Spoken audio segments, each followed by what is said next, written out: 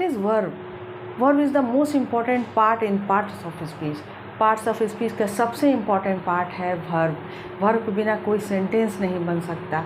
जैसे आप लोगों ने आलू के बारे में सुना होगा, आलू जो है वो सब्जियों का राजा है, बिना आलू के कोई सब्ज़ी नहीं बनती। जैसे आलू मटर, आलू गोभी, आलू बैगन, आलू मेथी, आलू पालक, सारे सब्जियों में आलू।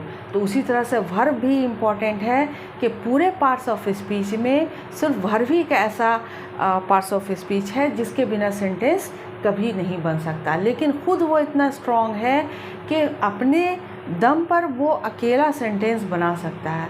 तो अकेला कैसे सेंटेंस बनाता है भाई, तो आगे वीडियो में आप लोगों को बताऊंगी, तो वीडियो के एंड तक ज़रूर देखिएगा। एक और एग्जांपल मैं आप लोगों को बताती हूँ। जैसे आपके पापा ने नई गाड़ी, चमचमाती हुई गाड़ी आपके दरवाजे पर लाई है, यानी कि ख़रीद कर लाई है, लेकिन शोरूम वाले ने क्या किया है, उसमें से इंजन निकाल के अपने पास रख लिया है। तो क्या बिना इंजन के गाड़ी चलेगी? बिल्कुल नहीं चलेगी। उसी तरह से वर्ब भी पार्ट्स ऑफ स्पीच में, सेंटेंस में ऐसा काम करता है कि बिना वर्ब के सेंटेंस बन ही नहीं सकता। Clear? Hi everyone, welcome back to my channel clear concept. I am Raksha Khan and today in this video I am going to tell you about the verb in detail. Let's get started. Verb क्या है? The word which shows the action और state of being, यानी वैसे word जिससे किसी काम के करने या होने का पता चले, वैसे वर्ड जो है वो वर्ब कहलाते हैं। जैसे खाना पीना, हंसना कूदना, खेलना, गाना, रोना, ये सारे वर्ब हैं। इंग्लिश की बात करिए तो ईट, ड्रिंक, रीड, राइट, ये सारे वर्ब हैं। तो ये सारे वर्ब आप लोगों को पहले से पता है। छोटे बच्चों की बुक में देखिए तो उसमें वर्ब का डेफिनेशन जो है वो लिखा हुआ रहता है, action word are called verb, यानी एक्शन वर्ड जो है वो वर्ब होते हैं। हाँ होते हैं, लेकिन ये स्टेट ऑफ बीइंग क्या है? तो कुछ वर्ब जो होते हैं वो एक्शन वर्ड होते हैं। जैसे देखिए मैं एक्शन करके आपको बताती हूँ। ईट, ईट एक एक्शन वर्ड है। राइट एक्शन वर्ड है, यानी इसमें एक्शन हो रहा है, तो action word is called verb. Play, बच्चे खेलते हैं, एक्शन होता है, तो वो एक्शन वर्ड है। और स्टेट ऑफ बीइंग क्या होता है? वैसा वर्ब जिसमें कोई एक्शन नहीं है, हो तो रहा है काम के होने का पता चल रहा है, लेकिन उसमें कोई एक्शन नहीं हो रहा है। जैसे like, I like you, I like him, मैं उसे पसंद करती हूँ, मैं तुम्हें पसंद करती हूँ। तो पसंद करने में एक्शन कहाँ हुआ? मैं तो हाथ बिना हिलाए भी कह सकती हूँ आई लाइक यू, तो इसमें एक्शन तो नहीं हुआ। तो ऐसे वर्ड जो है वो स्टेट ऑफ बीइंग कहलाते हैं। यहाँ पर कुछ वर्ड लिखे हुए हैं एक्शन वर्ड्स। ईट एक्शन होता है इसमें, ड्रिंक एक्शन हुआ, राइट एक्शन हुआ, रीड एक्शन हुआ, ये सारे words action words. Action word are called verb. ये हो गया स्टेट ऑफ बीइंग वाले वर्ड्स, यानी कि इसमें कोई एक्शन नहीं होता है। इसमें इज़, एम, आर भी होता है, जो कि मेन वर्ब भी होता है और हेल्पिंग वर्ब भी होता है, और ये स्टेट ऑफ बीइंग है। कैसे ये हेल्पिंग वर्ब भी होगा और कैसे ये मेन वर्ब भी होगा, वो मैं आप लोगों को आगे बताऊंगी। अगर आप लोगों को मेरा वीडियो पसंद आता है तो इसे लाइक शेयर ज़रूर करें, मेरे चैनल को सब्सक्राइब कर दें, साथ में बेल आइकन को भी प्रेस कर दें ताकि आप लोगों को नोटिफिकेशन मिलता रहे। आपसे मैं 5 क्वेश्चन पूछती हूँ। अगर पाँचों क्वेश्चन का आपको आंसर पता है तो आप एक्सपर्ट हैं, यानी आपको वर्ब के बारे में सब कुछ पता है। अगर नहीं पता है तो इस वीडियो से आप लोगों को रिवीजन हो जाएगा और मालूम हो जाएगा, यानी वर्ड से रिलेटेड जितने भी डाउट हैं वो सब क्लियर हो जाएंगे। पहला क्वेश्चन है व्हाट इज़ वर्ब? वर्ब क्या है? टाइप ऑफ वर्ब, वर्ब के कितने टाइप होते हैं? ट्रांजिटिव एंड इनट्रांजिटिव वर्ब क्या होते हैं? रेगुलर एंड इरेगुलर वर्ब क्या होते हैं? वर्ब फॉर्म्स क्या होते हैं और इसको याद करने के ट्रिक्स क्या होते हैं, यानी 1000 ऑफ वर्ब्स हैं, उसको किस तरह से याद करेंगे? ये सब अगर आप लोगों को मालूम है तो बहुत अच्छी बात है, आप लोग इस वीडियो से उसका रिवीजन कर लीजिए। अदरवाइज़ आप वीडियो के एंड तक ज़रूर देखिएगा, सारे डाउट्स आपके क्लियर होने वाले। वर्ब क्या है ये आप लोगों को मालूम हो गया कि एक्शन वर्ड जो है वो वर्ब होता है और स्टेट ऑफ बीइंग वाला वर्ड जो है वो वर्ब होता है, जो यहाँ पर आप लोगों को एग्जाम्पल में दिया हुआ है। तो अब हम लोग देख लेते हैं कि वर्ब के कितने टाइप होते हैं। वर्ब जो है वो 2 तरह का होता है, यानी 2 टाइप्स होते हैं। एक होता है मेन वर्ब और दूसरा होता है हेल्पिंग वर्ब। हेल्पिंग वर्ब का काम क्या है? हेल्पिंग वर्ब का एक और नाम है ऑक्सिलरी वर्ब। तो इसका काम क्या है कि ये मेन वर्ब को सेंटेंस में उससे पहले आकर के उस वर्ब को हेल्प करता है। जैसे he is writing. Main verb ये है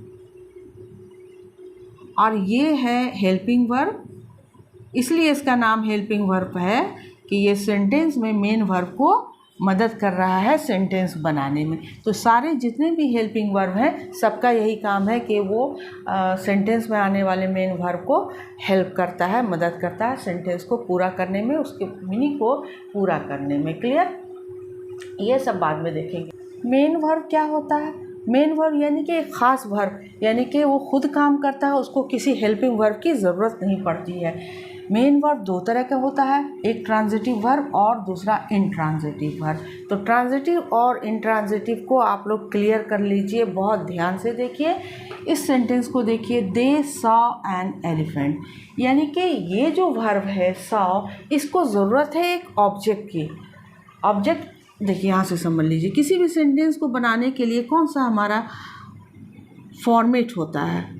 सब्जेक्ट के बाद वर्ब, उसके बाद ऑब्जेक्ट, यही हमारा मेन सेंटेंस बनाने का फॉर्मेट है।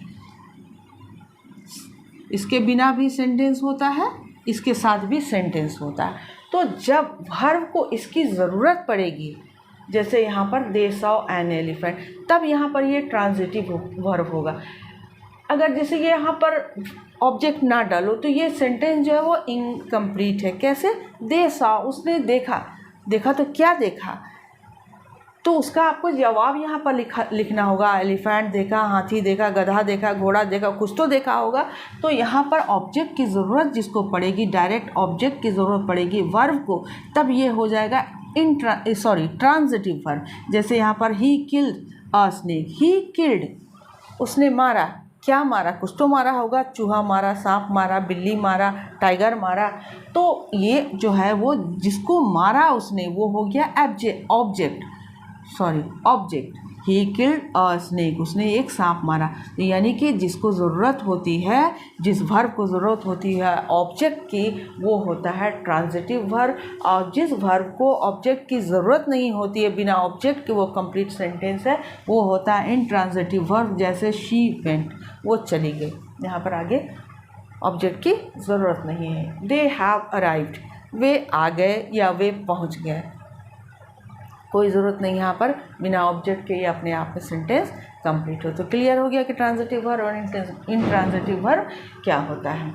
अब इसको समझ लीजिए हेल्पिंग वर्ब। हेल्पिंग वर्ब बस इतना सा है, is, am, are, was, were, do, does, did, has, have, had, can, make, could, would, should, ये सारे हेल्पिंग वर्ब हैं। हेल्पिंग वर्ब का काम क्या है? मेन वर्ब को सेंटेंस में उससे पहले आकर के उसको हेल्प करना, मदद करना, जिससे कि सेंटेंस का मीनिंग क्लियर आ जाए। तो यहाँ पर आपको ये समझना है कि डू वर्ब क्या होता है, बी वर्ब क्या होता है, हैव और मॉडल वर्ब क्या होते हैं। तो डू वर्ब के अंदर ये सारे आते हैं, डू, डज, डिड, इसको हम लोग कहते हैं डू वर्ब, ये सारे हेल्पिंग वर्ब। बी वर्ब किसको कहते हैं? इज़, एम, आर, वाज, वर, ये सारे बी वर्ब के कैटेगरी में आते हैं। यानी कुछ भी नहीं, इसका नाम है हैव, इसके कैटेगरी में कौन आता है? Has, have, had. Modal verb कौन है भाई? मॉडल वर्ब जो है वो can, make, could, would, should हैं। और ये सारे के सारे क्या हैं? हेल्पिंग वर्ब हैं या एक्सिलरी वर्ब हैं, जो कि सेंटेंस में आकर, मेन वर्ब के पहले आकर के सेंटेंस की मीनिंग को पूरा करने में मदद करते हैं। क्लियर? इसमें मॉडल वर्ब को छोड़ करके बाकी जितने वर्ब हैं ये मेन वर्ब की तरह भी काम करते हैं। ये कैसे हो सकता है भाई? अभी आप लोग को बता देते हैं। जैसे इज़ को लीजिए, यहाँ पर मैंने लिखा है इज़, एम, आर, ये स्टेट ऑफ बीइंग है, यानी कि काम का होना, किसी काम का होना जो है वो वर्ब कहलाता है। तो ये सारे वर्ड्स उसी में आते हैं। तो इसको हम लोग मेन वर्ब कैसे पता चलेगा कि ये मेन वर्ब है? देखिए, जैसे ही इज़ अ बॉय, इसमें वर्ब, पूरे सेंटेंस में वर्ब कौन सा है? इज़। इसको हटा दें तो ये सेंटेंस बनेगा ही नहीं। तो यहाँ पर यानी कि इसी वर्ब के सहारे ये पूरा सेंटेंस बन रहा है। तो ये यहाँ पर मेन वर्ब का काम कर रहा है। आई एम अ टीचर, मैं एक टीचर हूँ। इसमें वर्ब कौन सा है? पूरे सेंटेंस में बस एक ही वर्ब है। इस वर्ब को हटा दें तो आपका सेंटेंस जो है उसका मीनिंग नहीं होगा। तो यहाँ पर ये जो है मेन वर्ब है। उसी तरह ये सारे वर्ब जो हैं वो मेन वर्ब का मॉडल वर्ब को छोड़ करके बाकी जितने भी वर्ब हैं हैड तक, यहाँ से लेकर यहाँ तक सारे वर्ब मेन वर्ब का भी काम करते हैं। जैसे एक और सेंटेंस देखिए, आई हैव अ कार, मेरे पास एक कार है। पूरे सेंटेंस में वर्ब कौन है? हैव। इसको हटा दें तो इसके बिना सेंटेंस कंप्लीट नहीं होगा। तो यहाँ पर जो है ये क्या हो गया? मेन वर्ब हो गया। क्लियर? वीडियो के शुरू में मैंने कहा था कि वर्ब अपने आप में इतना स्ट्रॉन्ग है कि वो अकेले एक सेंटेंस बना लेता है। वो कैसे? चलिए देखते हैं। यहाँ पर देखिए एक सेंटेंस लिखा हुआ है, गो देयर एट वंस, वहाँ तुरंत जाओ। तो ये एक पूरा सेंटेंस है। लेकिन आप एट वंस को काट दें, गो देयर ये एक पूरा सेंटेंस है, वहाँ जाओ। अगर आप देयर को भी काट दें, गो मतलब जाओ, वन एक सेंटेंस, ये पूरा कंप्लीट सेंटेंस कहला सकता है। कम हेयर एट वंस को काम काट दें तो भी ये सेंटेंस है कम हेयर। हेयर को काट दें, कम यानी आओ, एक वर्ड में पूरा मीनिंग आ गया। हो गया ये एक मजबूत सेंटेंस, स्ट्रॉन्ग सेंटेंस। देख लिया आपने वर्ब कितना स्ट्रॉन्ग है, अपने से खुद से वो बना सकता है सेंटेंस, लेकिन वर्ब के बिना कोई सेंटेंस नहीं बन सकता। नेक्स्ट देखिए, स्टॉप डूइंग दिस, अगर डूइंग दिस हटा दो, खाली स्टॉप कर दो, स्टॉप रुको, कंप्लीट हो गया। मैंने जो आप लोगों से शुरू वीडियो में 5 क्वेश्चन पूछे थे उसमें से कितने क्वेश्चन क्लियर हो गए? सबसे पहला जो था व्हाट इज़ वर्ब, वर्ब क्या है, वो क्लियर हो गया। दूसरा था कि टाइप ऑफ वर्ब, कितने टाइप होते हैं वर्ब के? 2 टाइप होते हैं, मेन वर्ब और ऑक्सिलरी वर्ब यानी हेल्पिंग वर्ब, 2 क्वेश्चन। तीसरा क्वेश्चन था ट्रांजिटिव और इंट्रांजिटिव वर्ब क्या होता है, वो क्लियर हो गया। और चौथा क्वेश्चन था रेगुलर और इरेगुलर क्या होता है, ये आपको इस वीडियो में नहीं क्लियर हो पाया है। और पांचवा था वर्ब फॉर्म्स क्या होते हैं, कितने होते हैं और इसको याद करने के क्या ट्रिक्स हैं। तो वीडियो काफ़ी लंबा हो जाता है, इसलिए इस दोनों पॉइंट को यानी रेगुलर वर्ब क्या होता है, इरेगुलर वर्ब क्या होता है, वर्ब के फॉर्म्स क्या होते हैं और इसको याद करने के क्या ट्रिक्स हैं, इसको मैं क्लियर करूँगी नेक्स्ट वीडियो में। तो मिलते हैं नेक्स्ट वीडियो में, तब तक के लिए गुड बाय, गुड लक।